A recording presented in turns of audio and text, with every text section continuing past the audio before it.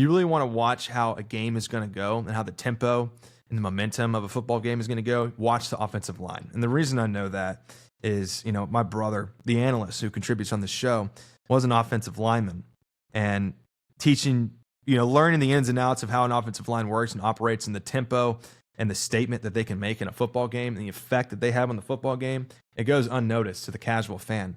And watching this unit run all over Oregon was very, very exciting to watch. And their running back, Roman Hemby was great. I mean, he averaged 3.7 yards per carry and had 2 touchdowns, but 19 carries on the day. And their backup was averaging 4.4 yards per carry. Mendoza averaged 5.2 yards per carry on scrambling around. He was 20 of 31 for 215 yards, a touchdown and interception. I think the interception came late. It started to rain a little bit, so Dante Moore also had 2 turnovers, probably due to the rain. You can kind of put a disclaimer in there if you want.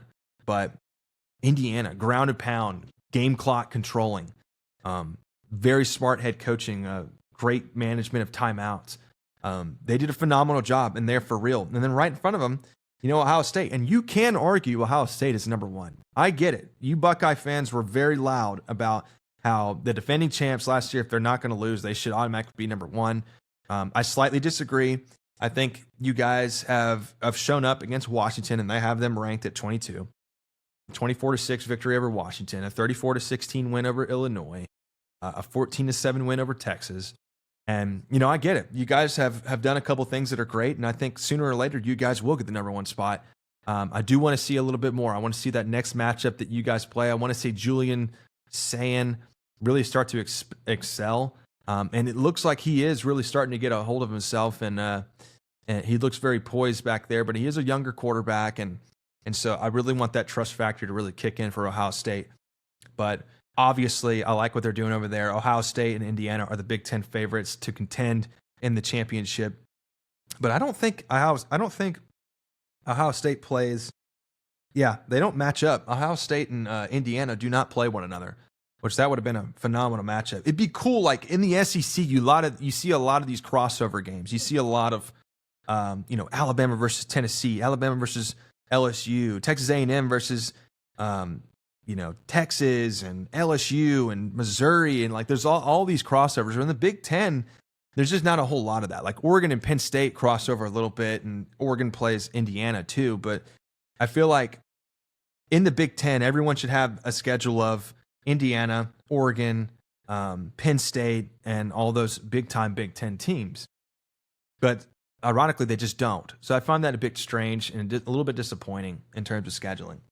And at number 1, I got Miami still. I know they're on a bye week and they're kind of quiet. People are demanding that they move out of the number 1 spot. But, I want to pinpoint that, Miami, some of their games, I think it was 2 or 3, and they were rivalry games versus Florida in-state schools. It was raining. The weather was bad, and they ended up winning. It's producing points. Their defense looks strong. I mean, they beat Notre Dame week 1. They beat Florida. They beat South Florida. They beat Florida State. They won all the Florida games, and that means something. I know you guys look at Florida State and see a 3-3. You look at Florida, you see a 2-4. You look at South Florida and you see a Group of 5 school. You look at Notre Dame and you see, and the people outside of Notre Dame see fraudulent. Opening up versus Miami and winning that football game 27-24. You blow the snot out of South Florida. You do your thing versus Florida State and win by 6. Granted, it was a little bit more separated throughout the game. You do your thing against Florida. Winning all 3 Florida games is not something to ignore. And then you got the rest of the ACC schedule. They're going to play Louisville, who's not a sleeper team. They're 4-1. I believe they're both coming off a bye week. So, yeah, I'm impressed with what Miami's doing. That's why I have them number 1. And if they continue to do what they're doing, they're going to remain number 1. And unless Ohio State just does something absolutely phenomenal and they hang 70 points 6 weeks in a row, then I'm probably not moving Miami.